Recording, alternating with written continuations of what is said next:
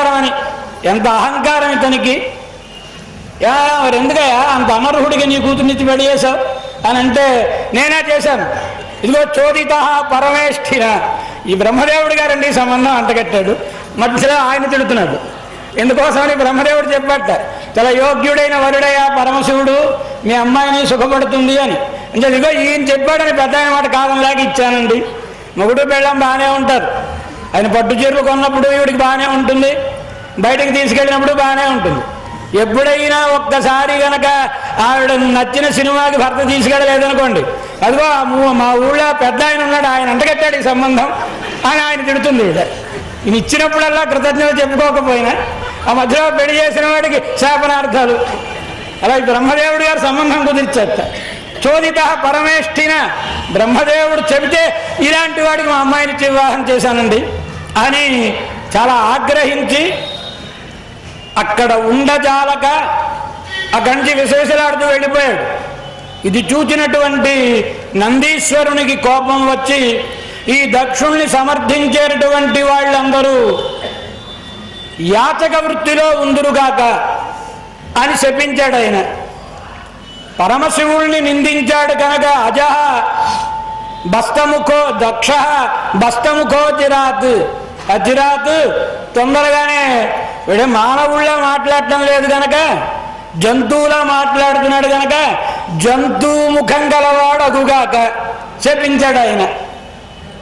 మరి దక్షుడి తరఫు వాళ్ళు ఊరుకుంటారా? భృగు మహర్షి ఆయన లేచాడు, దక్షుడికి పురోహితుడు ఆయన. ఆయన లేచి మా వాళ్ళని శపిస్తారా? మీ వాళ్ళందరూ పాషండులు అనబడదురుగాక, శివుణ్ణి కొలిచే వాళ్ళందరూ పాషండులు అనబడదురుగాక, ఇంకా అనేక అనాచారములతో కూడి ఉండురుగాక అని ఈయన శపించేస్తున్నాడు. ఇలా దక్షుడు పరమశివుణ్ణి దూషిస్తుంటే ఆ ప్రక్కన పూషన్ అనే ఒక దేవుడు ఆయన పళ్ళు కనబడేలా నవ్వుతున్నట్ట. ఆయన నిందిస్తుంటే ఈయన నవ్వుతున్నాడు. మరొక ఆయన భర్గుడు అనేటటువంటి వాడు ఇలా ఇలా మీసం తిప్పుతున్నట్ట పరమశివుని నిందిస్తుంటే. విమానాహ, పరమశివునికి మనసంతా ఖేదం కలిగింది, నేనేం చేయకుండానే నిందలు పడాల్సి వచ్చిందే అనుకున్నాడు. అక్కడి నుంచి వెళ్ళిపోయాడు ఆయన. యజ్ఞం అయిపోయింది. అయిపోయిన తర్వాత కొంతకాలానికి బ్రహ్మదేవుడు దక్షుడికి ఒక ప్రమోషన్ ఇచ్చట. ఏమిటది? ప్రజాపతులందరి మీద ఆధిపత్యం, దాన్ని దక్షుడికి ఇచ్చాడు. ఇచ్చిన తర్వాత దక్షుడు, నేను ఒక క్రొత్త యజ్ఞం చేస్తాను, అయితే ఆ యజ్ఞం అరుద్ర భాగం, రుద్రునికి అందులో భాగం లేకుండా యజ్ఞం ఒకటి చేస్తాను అని బృహస్పతి శవము అని ఒక గొప్ప యజ్ఞాన్ని సంకల్పించాడు ఆయన. అందరికీ ఆహ్వానాలు పంపించాడు. బ్రహ్మదేవునికి శ్రీమన్నారాయణుడికి కూడా ఆహ్వానాలు వచ్చాయి, కానీ వాళ్ళకి జరగబోయేది తెలుసును గనక ఆ యజ్ఞానికి రాలేదు. యజ్ఞం ప్రారంభిస్తున్నాడు, ఆత్మానం అందరికీ వెళ్ళింది. అక్కడ కైలాసంలో పరమశివుడు సతీదేవితో ఎందుకో కొన్నాళ్ల బట్టి మాట్లాడడం లేదుట. ఒక్కడు ఏకాంతంగా తపస్సులో కూర్చుంటున్నాడు ఆయన.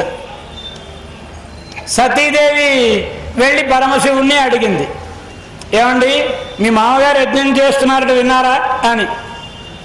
వింటున్నాను అన్నాడు ఈయన. నేను కూడా వెళ్తానండి అంది ఈవిడ. ఎందుకమ్మా మనకు ఆహ్వానం రాలేదు కదా అన్నాడు ఈయన. తాను పుట్టిన చోటికి వెళ్ళాలి, ఒక్కసారైనా ఆ ప్రాంతాన్ని చూడాలని ఎవరికైనా అనిపిస్తుందండి. స్త్రీలకు సహజంగా పుట్టింటి మీద కొంచెం వ్యామోహం ఉంటుంది. అత్తింటి నుంచి వచ్చిన వాళ్ళకి పచ్చడి మెతుకులు, పుట్టింటి నుంచి వచ్చిన వాళ్ళకి పణియారములు, సహజంగా ప్రేమ ఉంటుంది కొంచెం పుట్టినిల్లు అంటే. మా వాళ్ళందరూ బాగున్నారో కబుర్లు చెప్తాడు కనుక. అంచేత నేను పెడతానండి అందావిడ. మనకు ఆహ్వానం లేని చోటికి వెళ్ళకూడదు అన్నాడు ఈయన. మా నాన్నగారు నన్ను ఆహ్వానించేది ఏమిటండి, పుట్టింటికి వెళ్తే తప్పేంటి, పిలవాలేంటి పుట్టింటికి అంది ఆమె. వెళ్ళొచ్చును, కానీ వాళ్ళు మన యందు దోష దృష్టిని కలవాళ్ళు అయినప్పుడు వెళ్ళకూడదమ్మా. అది దోషదృద్భవేయు, అప్పుడు వెళ్ళకూడదు అన్నాడు పరమశివుడు. ఏమండి అయినా నేను అడుగుతాను, పిల్లనిచ్చిన మామగారు కదా, నమస్కారం పెడితే మీ సొమ్మేం పోయిందా అంది సతీదేవి. నేను నమస్కారం పెట్టలేదని ఎవరు చెప్పారు అన్నాడు ఈయన. మీరు నమస్కారం పెట్టగానే కదా ఇంత తగు వచ్చింది. లేదమ్మా, అసలు నమస్కారం ఎందుకు పెడతారో నీకు తెలుసునా? ఎందుకు పెడతారో నమస్కారం? ఒక వ్యక్తిని చూడగానే మరొక వ్యక్తి నమస్కారం అంటున్నాడంటే ఎందుకు అంటున్నాడు? ఆ నమస్కారం ఆ వ్యక్తితోటి ఆగదు. వ్యక్తి లోపల ఉండే భగవంతునికి నమస్కారం పెట్టేది. అవతలి వ్యక్తి కూడా ప్రతి నమస్కారం చేసేది ఇతడి లోపల ఉన్న భగవంతునికి. ఇలా అందరికీ నమస్కారం చెయ్యవలసిందే. వాళ్ళు ఈ శరీరమే నేను అనుకునేవాళ్ళు కానట్టయితే. కానీ అతడు నేను దక్షుణ్ణి అనే అహంకారంలో ఉన్నాడే తప్ప నాలోనూ పరమాత్మ ఉండి నడిపిస్తున్నాడు అనే భావన లేదు. నేను అతడి లోపల ఉండే పరమాత్మకి మనస నమస్కరించాను, కానీ కాయికంగా నమస్కరించడానికి ఆ శరీరం అహంకారంతో దూషితమైన శరీరం కనుక నమస్కారం పెట్టలేదమ్మా. చెప్పాడు ఈయన పరమశివుడు సతీదేవికి. ఏమైనా నేను పెడతానండి, మా అక్క చెల్లెలు అందరూ వస్తారు అంది ఈవిడ. అయిన వారి దగ్గరకు వెళ్ళి అవమానాన్ని పొందిన తర్వాత అది మృత్యువుకు దారి తీసినా తీయవచ్చునమ్మా అవమానం అన్నాడు ఈయన. అయినా పెడతానంటే ఏం మాట్లాడలేదు పరమశివుడు. పత్ని అంగనాశం హ్యుభయత్ర చింతయన్. పత్ని అంగనాశం. ఇప్పుడు మా ఆవిడ్ని పంపించినా ప్రమాదమే, పంపించకపోయినా ప్రమాదమే. ఎందుచేత? పంపిస్తే చాలా ప్రేమ నేనంటే మా ఆవిడకు. నన్ను ఎలాగా ఆయన సతీదేవిని చూడగానే నేనే గుర్తుకొస్తాను కనుక నన్ను దూషిస్తాడు. సహించలేక ప్రాణాలు తీసుకుంటుంది ఆవిడ. పంపించకపోతే అడక్క ఇంతకాలానికి మా ఆయన్ని నోరు తెరిచి ఓ కోరిక అడిగితే చూసారా పంపించలేదు అని చాలా అభిమానం కలిగిన ఆమె కనుక అవమానంతో మరణిస్తుంది. ఉభయత్ర పత్ని అంగనాశం చింతయం. వెళ్ళినా ప్రమాదమే, పంపించకపోయినా ప్రమాదమే అని మాట్లాడకుండా ఊరుకున్నాడు. ఏదైతే అవుతుంది పరమాత్మ సంకల్పం అని. ఎందుకు మాట్లాడటం లేదుట? ఇతర పురాణాలు చూస్తే తెలుస్తుందిట. ఒకసారి సతీ శివులు ఇరువురు ఒక వారి నందివాహనం మీద గగనతలంలో విహరిస్తున్నారట. విహరించే సమయంలో భూలోకంలో ఆ కల్పంలో రామావతారం నడుస్తుంది. శ్రీరామచంద్రుడు సీతా వియోగంతో దుఃఖిస్తున్నాడు. చెట్టును పుట్టను అడుగుతున్నాడు, మా సీతమ్మ నీకు తెలుసునా నీకు తెలుసునా అని. ఇరువురు పెడుతుంటే సతీదేవి చూచింది. పరమశివుడిని అడిగింది, ఏమండి ఏమండి అని. ఏమిటమ్మా మీ దేవుడు చూసారా అంది ఆవిడ. ఏమిటమ్మా మా దేవుడు చేస్తున్న పని? మీరు రామ రామ అంటారే, ఆ మీ దేవుడు పామరుల్లాగా భార్యని ఎవడో ఎత్తుకుపోతే ఎవడెత్తుకుపోయాడో తెలియక నీ దగ్గర ఉందా, నీ చెట్టు చాటున ఉందా, నీకు తెలిసిన ఎక్కడికి వెళ్ళింది చెప్పు. ఓ సీత, నువ్వే ఒకవేళ చెట్టు చాటున దాక్కుని నన్ను ఏడిపిస్తున్నావా? బయటకు రా, నీ విశ్లేషణని సహించలేను. ఏటండి ప్రలాపాలన్నీ కూడా? దేవుడు దేవుడు అంటారు, దేవుడు అంటే ఇలాగైనా ఉంటాడు అంది. మా ఆయన లీల ఆయనకే ఎరుక, మనకేం తెలుస్తుంది ఆయన లీల? పద పద అన్నాడు ఈయన. అంటే ఉండండి ఒక్కసారి ఆయన చూసి వస్తానంది ఈవిడ. నువ్వు వెళ్ళదు మా దేవుడి దగ్గరికి అన్నాడు శివుడు. అంటే కాదండి, మీరు మనసులో ధ్యానించే దైవం ప్రత్యక్షంగా కనిపిస్తే మీరే లోకమంతుడి చేత ఆరాధింపబడేవారు. అలాంటి మీరే అహరహము హృది రామతత్వం, హస్తే అక్షమాల, చేతిలో ఎప్పుడు మాల తిరుగుతూ ఉంటుంది. హృదయంలో రామతత్వం, జిక్వాగ్రమూలే వర రామ మంత్రం. ఎప్పుడు నోటితోటి రామ మంత్రాన్ని అంటారు. అంటే మీ ఆరాధ్య దైవం కదా, ఒక్కసారి సేవించుకుని వచ్చేస్తానండి అంది సతీదేవి. అనగానే సరే అన్నాడు ఈయన. చాటు నుంచే చూస్తానండి, ఎదురు పడకూడదమ్మా మనం. ఆయన ఏదో వేషం కట్టున్నాడు. ఇప్పుడు మనం పెడితే మనం ఆయనకి నమస్కరించాలా, ఆయన మనకు నమస్కరించాలా? చిక్కొచ్చేస్తుంది, తగు వచ్చేస్తుంది. ఎంచేత మా దేవుడు కనుక నమస్కరించకుండా నేనుండదు. కానీ నేను దేవుణ్ణి, ఆయన మానవుడు కనుక మానవుడు కనుక నమస్కరించకుండా ఆయన ఉండదు. ఆయన నమస్కరిస్తే నాకు మనసుకి ఖేదంగా ఉంటుంది, నేను నమస్కరిస్తే ఆయన రహస్యం బట్టబయలైపోతుంది. కనుక నేను ఆయన దగ్గరికి వెళ్ళకూడదు, దూరంగా ఉన్నాడు. వీళ్ళందరూ ఎప్పుడు వస్తారండి? రావణ సంహారం అయ్యే తరువాత వీళ్ళందరూ బయటకు ఒక్కొక్కళ్ళు వచ్చారు. అంతవరకు తెరవన కథల ఉండి కార్యక్రమాలు నడిపించిన వాళ్లే కదా దేవతలందరూ కూడా. అంటే ఈవిడ కూడా నేను కూడా దూరం నుంచే చూసి వచ్చేస్తానండి అంది. సరే వెళ్ళమన్నాడు. ఈయన వృషభ వాహనం మీదే ఉండిపోయాడు. ఆయనకు వెళ్లాల్సిన అవసరం లేదు, ఆయన మనసులోనే దర్శనం అవుతూ ఉంటుంది కనుక మహానుభావుడికి. ఈవిడ వెళ్ళింది. వెళ్ళిన తర్వాత కొంచెం కార్నర్ తిరిగింది, భర్త గారు కనిపించడం లేదు. ఇప్పుడు అనిపించింది దేవుడికి, అసలు ఏంటి ఈయన దేవుడా మానవుడా? మానవుడిలాగే ఉంది ఈయన వ్యవహారం అంతా చూస్తుంటే, ఒకసారి పరీక్షిద్దాం అనుకుని సీతాదేవి వేషం వేసుకుంది. ఈవిడ వేసుకుని రామచంద్రుడి దగ్గరికి వెళ్ళింది. వెళ్ళేటప్పటికీ అంటే చూడగానే సీత వచ్చావా అంటాడేమో అనుకుంది. చూడగానే ఓ చిరునవ్వు నవ్వి రామచంద్రుడు, అమ్మా సతీ శివుడెక్కడా అన్నాడు. అనగానే ఆవిడ ఒక్కసారి ఆశ్చర్యపోయింది. నేను చాలా కరెక్ట్గా వేసుకున్నానే మేకప్, అయినా కనిపెట్టేశాడు ఆయన అని ఆశ్చర్యపోయింది ఆవిడ. శివుడు క్షేమమా అని అడిగేటప్పటికి, లేదు పరమాత్మ నిన్నే సేవించుకుందామని వచ్చాను. ఏమిటిది పామరుల్లాగా? అంటే రాళ్లను పట్టుకుని శోకించడం ఏమిటి, ఆ చెట్లను పట్టుకుని శోకించడం ఏమిటి? ఈ తత్వం నాకు అర్థం కాలేదయ్యా అంది ఈవిడ. అమ్మా ఆ తత్వం నాకు వాటికే తెలుసును, మిగతా వాళ్ళు ఎవరికి తెలియదు. వాళ్ళందరూ పూర్వ జన్మలలో పరమాత్మ ఒక్కసారి నిన్ను ఆలింగనం చేసుకోవాలని ఉంది అని తపములు చేసి చేసి చేసి ఇదిగో ఈ రూపాలలో పుట్టారు ఆ భాగ్యాన్ని పొందడం కోసమని. నేను కూడా సీతా వియోగంతో చెట్టు మాట్లాడదు, పుట్ట మాట్లాడదు, రాయి మాట్లాడదు అనే సంగతి తెలియక వాటిని అడుగుతూ అడుగుతూ వాటి దగ్గరకు వెళ్ళి వెతుకుతున్నట్లుగా వాటిని ముట్టుకుంటున్నాను. కారణం ఏమిటి అంటే వాళ్ళ ఫలాన్ని వాళ్ళకి తీర్చాలి కదా నేను చెప్పాడు ఈయన. ఆవిడ రామతత్వాన్ని అర్థం చేసుకుంది, వచ్చేసింది. వచ్చిన తర్వాత సీట్లో వెనకాతలు కూర్చుంది, పానివ్వండి అంది. పరమశివుడు ఏం మాట్లాడలేదు. వెళ్ళానండి, అబ్బా చాలా దొడ్డ ఆయనండి ఆయన అంది. ఏం మాట్లాడలేదు ఈయన. ఆశ్రమానికి వెళ్ళిన తర్వాత నుంచి మాట్లాడటం లేదు సతీదేవితో. ఎందుకు మాట్లాడటం లేదు? నా ఆరాధ్య దేవతలు సీతారాముడు, మా అమ్మగారి వేషం వేసుకుంది ఈవిడ నేను భార్యగా ఎలా సంభావించను? మహానుభావుడు ఆయన. మన ఆచార్యులలో భట్టరు వారు, ఒకనాడు భట్టరు వారు ఇంట్లో ఉండగా భార్య వచ్చి పెరుమాళ్ళకు తడి ఏం చేయమంటారండి అంది. అమ్మ ఏదో ఫలానా చెప్పారు ఈయన. అనగానే ఆవిడ వణికిపోయి, ఆ కాలంలో భార్య కనుక వణికిపోయి, ఇప్పుడు ఏమిటంటే ఏకవచనంతో పిలవడం ఫ్యాషన్ కదా, అప్పుడు అలా కాదు. ఆయన అమ్మ అనేటప్పటికీ ఆవిడ వణికిపోయి, అదేమిటండి దేవరవారి దాసురాన్ని నన్ను అమ్మ అంటున్నారేమిటి మీరు అంది. అమ్మ అన్నానా నేను? అవునండి, ఈనాటి నుంచి నువ్వు నాకు తల్లితో సమానం. అలాగే వ్యవహరించారు భట్టరు వారు. కనుక మహాపురుషుల యొక్క స్థితి అట్లా ఉంటుంది. భగవంతుడు ఎందుకు అనిపించాడో ఈ మాటను నా నోట అని. అలా పరమశివుడు కూడా మా తల్లి సీతాదేవి వేషం వేసుకున్న ఆమెతో భార్యగా ఎలా సంభావించి ఉండేది? ఇదిట కారణం. అసలు సతీదేవి తన శరీరాన్ని విడిచిపెట్టి మరొక శరీరాన్ని పార్వతిగా పొంది పరమశివుణ్ణి పొందడానికి మూల కారణం ఏమిటి అంటే ఇది కారణం. ఆ శరీరంతో పనికిరాదు ఆవిడ, దానికి ఏదో ఒక మిష కలగాలి కనుక ఆ మిషే దక్షాధ్వరానికి ఈవిడ వెళ్ళడం. సతీదేవి వెడతానంది, పరమశివుడు అలా ఊరుకున్నాడు. ఆయన ఈవిడ వెళ్ళింది, ఈవిడ వెనకాతల తన జనాల్ని పంపించాడు ఆయన. వెళ్ళిన తరువాత ఎవ్వరూ ఈవిడను పలకరించడానికే భయపడుతున్నారు. ఎక్కడ దక్షునికి కోపం వస్తుందో ఈమెను పలకరిస్తే అని.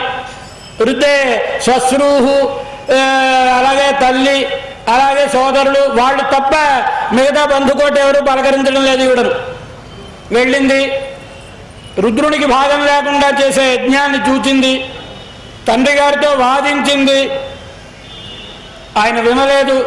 అప్పుడు ఒక మాట అనుకుంది, ఎప్పుడైనా పరమశివుడు నన్ను మాట్లాడుతూ మాట్లాడుతూ దాక్షాయణి అని పిలుస్తాట. అలా దాక్షాయణి అని పిలిస్తే అర్థం ఏంటి? దక్షుని కూతురా అని. ఇదివరకు దాక్షాయణి అంటే గొప్పగా ఉండేది నాకు, కానీ ఇప్పుడు పరమశివుడు నన్ను దాక్షాయణి అంటే అశాస్త్రీయమైన యాగాన్ని సంకల్పించిన వాడి కూతురా, అహంకారి అయిన వాడి కూతురా అనే తోస్తుంది నాకు. కనుక ఈ శరీరంతో మళ్ళా పరమశివుని దగ్గరకు వెళ్ళనని తానే యోగాగ్నిని రగులు కొల్పుకుని తాను అందులో దగ్ధమైపోయింది. ఇది చూడగానే పరమశివుని యొక్క భటులందరూ కూడా దక్షిణ మీదికి వచ్చి పడితే భృగు మహర్షి యజ్ఞకుండంలో నుంచి రుభువులు అనే సైనికులను పుట్టిస్తే వాళ్ళు వచ్చి వీళ్ళందరినీ తరిమివేశారు. ఈ వార్త పరమశివునికి తెలిసింది. వెంటనే క్రోధానల దీప్త వదనంతో తన యొక్క జటను పెరిగి నేల మీద కొట్టేటప్పటికీ అందుండి వీరభద్రుడు ఆవిర్భవించాడు. నువ్వు నా సైనికులందరిలోనూ ప్రధానుడు అయ్యా, నీకు ఎదటి వాళ్ళెవరూ జయించలేనటువంటి దివ్యమైన సామర్థ్యాన్ని, శక్తిని ఇస్తున్నాను. వెళ్ళి ఆ యాగాన్ని ధ్వంసం చేసి వాడికి బుద్ధి చెప్పిరా అని పంపించాడు. ప్రమథగణంతో వెళ్ళాడు వీరభద్రుడు. యాగశాలను ఇంక పాడు చేయడం ప్రారంభించిన తర్వాత మంచి చెడు ఏముండవు. పాపం ఆ యాగశాలలో మూత్ర విసర్జనం చేసేవాడు ఒకడు, యాగశాలను పాడు చేసేవాడు ఒకడు, పత్నీశాలను పాడు చేసేవాడు ఒకడు, ఇలా యూపస్తంభాలను పడగొట్టేసేవాడు ఒకడు, ఇలా అంతా ధ్వంసం చేస్తూ ఏ పూషణలనే ఆయన పరమశివుణ్ణి నిందిస్తుంటే పళ్ళు కనిపించేలా నవ్వాడో ఆయన పళ్ళన్నీ రాలగొట్టేశాడట వీరభద్రుడు. ఎవరైతే మీసం దువ్వాడో ఆయన మీసాలను పెరికి వేసట. భృగు మహర్షి యొక్క గడ్డాన్ని పీకి పారేశాడట. దక్షుని యొక్క శిరస్సుని ఖండించిన విడివడి రావటం లేదు. పైకి తల తీశాడు, కానీ ఆ నరములన్నీ జాయింట్లు అలాగే ఉన్నాయి, అవి తెగటం లేదుట. పరశువుతోటి ఛేదించిన ఆ అగ్నిహోత్రంలో పారేశాడు. ఆ శిరస్సుని దగ్ధం అయిపోయింది. అంతా పాడు చేసి వెళ్ళిపోయిన తర్వాత మళ్ళీ పెద్దవాళ్ళందరూ కలిసి బ్రహ్మదేవుడి దగ్గరికి వెళ్ళారు. వెళ్ళి అయ్యా, యాగం అంతా ధ్వంసం అయిపోయింది, మళ్ళీ దక్షుడు జీవించాలి, తమరే ఏదైనా ఉపాయం చేయండి. ఏమయ్యా, మహాపురుషుల విషయంలో అవమానం ఇదో ఇలాంటి ఫలాన్నే కలిగిస్తుంది, ఆయన్నే ప్రార్థించాలి, వెళ్ళి పదండి అని బ్రహ్మదేవుడు వీళ్ళందరినీ తీసుకుని వచ్చాడు అక్కడికి, కైలాసానికి. ఆయన యోగముద్రలో ఉన్నాడు పరమశివుడు. ఆయన దగ్గరకు వచ్చిన తర్వాత నీకు కోపం తగునా? సామాన్యులైన సంసారులకు కోపం ఉంటుంది, కానీ నీకు కోపం తగునా? మరల తిరిగి వాళ్ళందరూ పూర్వపు రూపములను పొందేలా చేయవలసింది అని దేవతలందరూ కూడా ప్రార్థిస్తే నాకెవరి మీద కోపం లేదయ్యా. ఆ శిరస్సు ఇక లోకంలో ఉండదగినది కాదు. మహాపురుషులను అవమానించిన అహంకారగ్రస్తమైన ఆ తల ఈ లోకాన్ని చూడడానికి పనికిరాదు కనుక తీసేశాను. ఆ దంతాలు ఊడిపోవడానికి కారణం మహానుభావుల్ని ఎవరైనా అవమానిస్తుంటే ఖండించాల్సింది పోయి ప్రోత్సహించినటువంటి వాడు కూడా దండియుడే. సరేలండి అన్నాడు. ఈయన ఓ ఉపాయం చెప్పాడు. చెప్పిన తర్వాత ఒక మేక తలకాయ పట్టుకొచ్చి అంటించారు ఈ దక్షునికి, ఆయన ముండానికి. ఆయన తయారైపోయాడు. మళ్ళా యజ్ఞం మధ్యలో విఘ్నం కలిగింది కనుక వైష్ణవ యాగాన్ని నిర్వహించాడు. మళ్ళీ ఈ దోషం అంతా పోవడం కోసమని యాగం పూర్తి అయ్యింది, పూర్ణాహుతి జరిగింది. అవబృధమైన వెంటనే యజ్ఞానికి అధిపతి ఎవరు? యజ్ఞో వై విష్ణు, శ్రీమన్నారాయణుడు కనుక ఆవిర్భవించాడు. భగవానుడు గరుడ వాహనారూఢై అక్కడికి ఏం చేశాడు? ఆయనను చూడగానే బ్రహ్మరుద్రేంద్రాది సమస్త దేవతాగణము ఆయనను స్తోత్రం చేశారు. ఇది అర్థాన్ని గురించి చెప్పేటటువంటి ప్రకరణం భాగవతంలో. మనకి ధర్మాన్ని గురించి చెప్పేటటువంటి ప్రకరణం. ధర్మాన్ని ఆచరించినప్పుడు ధర్మం చేస్తే సరిపోదు, చేసే విధానాన్ని ఎరిగి చెయ్యాలి. నువ్వెంత గొప్ప కార్యక్రమాన్ని చెయ్యి, ఎవరిని అవమానించకుండా చెయ్యాలి. ఎవరిని అవమానించినా ఇదిగో ఇలాంటి బలమే కలుగుతుంది. భగవంతుడు మనకి మంచి శరీరం ఇచ్చాడు. ఇతరమైనటువంటి జంతువుల కంటే తెలివి కలిగినటువంటి శరీరాన్ని ఇచ్చాడు. ఉపయోగించుకోగలం, మాట్లాడగలం. ఎన్ని గొప్ప విద్యలు ఉన్నాయండి మన దగ్గర. అయినా మనం మానవుల్లా ప్రవర్తించకపోతే ఏం చేస్తాడు? నిష్కారణంగా వీడికి మానవ జన్మ ఇచ్చానండి, ఎంచేత ఈ మానవ జన్మ కావాలని లక్షల లక్షల అప్లికేషన్స్ పెండింగ్లో ఉంటే వీడికి ఇచ్చాను మానవ జన్మ. వీడెప్పుడు మానవుల్లా ప్రవర్తించలేదు. 2 చేతులు 2 కాళ్ళు ఇచ్చాను, కానీ ఎప్పుడైనా చేతులతో నమస్కరిస్తే కాళ్ళతో దేవాలయానికి వస్తే కదా కాళ్ళు చేతులు ఉన్నందుకు ప్రయోజనం. అంటే వీడు చతుష్పాత్ పశువు కిందే ప్రవర్తించాడు కనుక వచ్చే జన్మ పశు జన్మ అనేస్తాడు భగవానుడు. మరీ మరీ ముదిరిపోయింది అనుకోండి అజ్ఞానం, ఈ జన్మలోనే పశువు తలకాయని పెట్టేశాడా లేదా? దక్షుడికి అహంకారం పెరిగిపోతే భగవంతుడు ఏం చేస్తాడు? బుర్ర తిప్పేశాడు ఈయనకి, దక్షుడికి. ఇది మనకి ధర్మాన్ని ఆచరించినా ఎలా ఆచరించాలి, ఎంత జాగరూకతతో ఆచరించాలి, ఎవరికి మన వలన మనం ఎంత గొప్ప కార్యక్రమం చేసినా మన వలన ఎవరి మనసుకి ఖేదం కలగకూడదు, అలా ఆచరించగలగాలి. మహాపురుషులను అవమానించిన నాడు ఇతరమైనవి ఎన్ని సుకృతములను చేసినా అవన్నీ అసత్కల్పములే అయిపోయి ఆ అవమానమే ఫలిస్తుంది. అవమాన క్రియా తేషాం సంహరత్యఖిలం జగత్. మహాపురుషులను అవమానిస్తే లోకమంతా కూడా నశించిపోతుంది ఆ అవమాన క్రియ వలన. ఇది మనకి దక్షయాగంలో తెలుస్తుంది. అటు తరువాత వస్తే అర్ధార్జన రీతి మరొక ఉపాఖ్యానంలో తెలుస్తుంది. చతుర్థ స్కంధంలో ధ్రువోపాఖ్యానంలో స్వయంభువ మనువుని గురించి చెప్పుకున్నాం మనం. స్వయంభువ మనువుకి ఇద్దరు భార్యలు. ఒక భార్య యందు ప్రియవ్రతుడు అనేటువంటి కుమారుడు కలిగాడు. ఈ ప్రియవ్రతునికి ఇద్దరు భార్యలు. ఆ ఇద్దరు భార్యల యందు ముగ్గురు మన్వంతరాధిపతులు కలిగారు ఒక భార్య యందు. అలాగే ప్రియవ్రతునితో పాటు మరో కుమారుడు ఉన్నాడు ఉత్తముడు అని స్వయంభువ మనువుకి. ఆ ఉత్తముడు అనేటువంటి ఆయన యొక్క చరిత్ర, ఆ ఉత్తముడి కంటే పై ఆయన యొక్క చరిత్ర. స్వయంభువ మనువు శతరూప అనేవాడు దంపతులు. ఈయన మన్వంతరాధిపతులైనటువంటి పిల్లలను కన్నాడు. భాగవతం అంటే మహాపురాణం. మహాపురాణములకు కొన్ని లక్షణములు ఉన్నాయి. మన్వంతర ఈశాను కథా అని మన్వంతరములను వర్ణించాడు. ఒక్కొక్క మన్వంతరంలో మనువు మారతాడు, మనుపుత్రులు, దేవతలు, ఇంద్రుడు మారతాడు, సప్త ఋషులు మారుతారు. భగవంతుడు కూడా అవతారాన్ని అవసరాన్ని బట్టి స్వీకరిస్తూ ఉంటాడు ప్రతి మన్వంతరంలోనూ. వీటిని వర్ణిస్తారు మనకి. అలా స్వయంభువ మనువు గారికి ప్రియవ్రతుడు ఉత్తానపాదుడు అని ఇద్దరు కొడుకుంటారు. ప్రియవ్రతుడు చరిత్ర తర్వాత చెప్పుకున్న ఉత్తానపాదుడు అనేటువంటి ఆయనకు ఇద్దరు భార్యలు. ఒక ఆవిడ పేరు సునీతి, మరొక ఆమె పేరు సురుచి. ఈ ఉత్తానపాదుడికి సునీతి కంటే సురుచి అంటే రెండో భార్య. ఆవిడంటే వ్యామోహం ఎక్కువట. ఎప్పుడూ ఆవిడ మందిరంలోనే ఉండేవాడు. సునీతికి ఒక కొడుకు పుట్టాడు. ఆ కుర్రాడి పేరు ధ్రువుడు.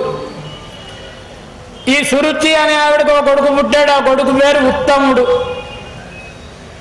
చిన్నతనంలో ఈ పిల్లలు ఉన్న సమయంలో ఒకనాడు సురుచి మందిరంలో ఉన్నాడు ఉత్తానపాదుడు. చంటి కుర్రవాడు, 5 ఏళ్ల వయసు ధ్రువుడికి, పెద్ద కొడుక్కి. ఆయన వాళ్ళ నాన్నగారి ఒళ్ళో కూర్చుందామని ఒళ్ళోకి ఎక్కబోతున్నాడు. ఆ ఒడిలో తమ్ముడు ఉత్తముడు అనేవాడు కూర్చుని ఉన్నాడు. అంటే సురుచి గారి కొడుకు. వాడి అన్నగారిని పైకి ఎక్కకుండా తోసేస్తున్నాడు, నాన్నగారి ఒళ్ళోకి ఎక్కకుండా. ఈ కుర్రాడికి ఎప్పుడైతే తోసేసాడో, క్షత్రియ కుమారుడు కదా, పట్టుదల ఎక్కువ. ఎలాగైనా నేను నాన్నగారి ఒళ్ళో కూర్చోవాలని వీడు పాపం ఎక్కుతున్నాడు. ఆరుహంతం నా అభ్యనందత. పోనీ తండ్రి గారైనా వాడిని తీసుకొచ్చి ఒళ్ళో కూర్చోబెట్టుకోవచ్చు కదా, ఇద్దరు కొడుకులు తన వాళ్లే కదా. ఆహా, ఎంచేత తాను సురుచి మందిరంలో ఉన్నాడు. ఈ కుర్రవాడిని ఒళ్ళో కూర్చోబెట్టుకుంటే సురుచికి ఎక్కడ కోపం కలుగుతుందో అని భయం. అంటే నా అభ్యనందత పిత. ఈయనేం మాట్లాడలేదు. ఇది దశ. ఈ దశలో ఉండగా లోపల నుంచి సురుచి గారు వచ్చింది. వచ్చిన ఆవిడ చూచి, ఏమిట్రా మీ నాన్నగారు ఒళ్ళో కూర్చోవాలనా, వ్యర్థ ప్రయత్నం చేస్తున్నావు, నీకు అంత అదృష్టం లేదురా. మీ నాన్నగారి ఒళ్ళో కూర్చోవాలనుకుంటే గర్భేత్వం సాధయాత్మానం, శ్రీమన్నారాయణుని గురించి తపస్సు చేసి నేను సురుచి గారి కొడుకు కింద పుట్టాలి అని వరం పొందు. నా కుమారుడుగా పుడితే మీ నాన్నగారి ఒళ్ళో కూర్చునే యోగ్యత లభిస్తుంది నీకు అంది సవితి తల్లి. అనేటప్పటికీ చాలా కోపం వచ్చేసింది ధ్రువుడికి. ఏడ్చుకుంటూ చిన్నపిల్లలు కదండి, చిన్నపిల్లలు ఏం చేస్తారు, ఎవరైనా కొంచెం అడ్డుకుంటే చేతులు లేకుండా తిట్టుకుంటూ వెళ్ళిపోతారు వాళ్ళు. అలాగే ఈయన తిట్టుకుంటూ వచ్చేసాడు తల్లి దగ్గరికి, సునీతి దగ్గరికి. మా అమంగళం బాల పరేషు మంస్థ, నాయన ఎప్పుడు ఇతరులకు చెడు కోరకు సుమా చెప్తోంది సునీతి. అందుకే ఆవిడ పేరు సునీతి అయింది. మంచి మాటలు చెప్పే ఆవిడ కనుక. సాధారణంగా మన కథే, ఎవడ కథో కాదు ఇది. ఉత్తానపాదుడు. ఉత్తానపాదుడు అంటే అర్థం ఏంటండి, ఉత్తానవు పాదవు యస్య సహ ఉత్తానపాద అంటే 2 కాళ్ళు పైకి పెట్టి ఉన్నవట. అంటే పరలోకాన్ని కాలరాచినవాడు అని అర్థం. నాకు ఈ లోకంలో సుఖాలు చాలు, పరలోకం అక్కర్లేదని కాలరాచినవాడు ఉత్తానపాదుడు